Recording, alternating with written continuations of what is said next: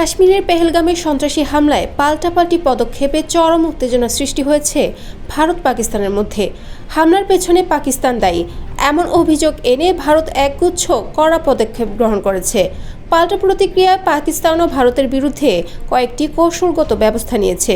এরই মধ্যে টানা 10 দিন ধরে নিয়ন্ত্রণ রেখা বরাবর চলছে গুলি বিনিময়। এ নিয়ে দুই দেশের বাহিনীর মধ্যে তীব্র সামরিক উত্তেজনা বিরাজ করছে।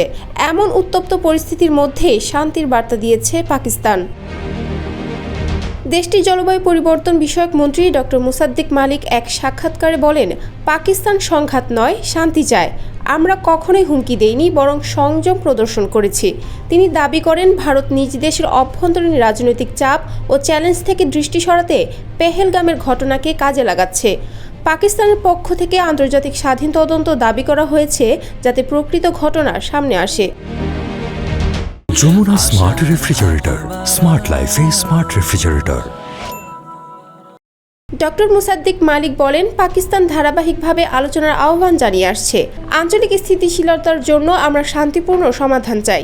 পাকিস্তান উত্তেজনা এড়িয়ে চলেছে দাবি করে মুসাদ্দিক বলেছেন, পাকিস্তান শান্তি এবং আঞ্চলিক স্থিতিশীলতার দিকে জোর দিয়েছে।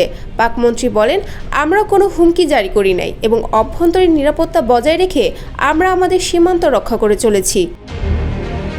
কাশ্মীর ইস্যুতে ফের আন্তর্জাতিক মহলের নজর পড়েছে। দক্ষিণ এশিয়ার এই দুই পরমাণু শক্তিধর দেশের মধ্যে উত্তেজনা বাড়তে থাকলে আঞ্চলিক স্থিতিশীলতা বড় সংকটে পড়বে বলে আশঙ্কা বিশ্লেষকদের। পাকিস্তানের শান্তির প্রস্তাবকে ভারত কিভাবে নেবে এবং উত্তেজনার মোড় কোন দিকে যাবে তা এখন সময়ের অপেক্ষা।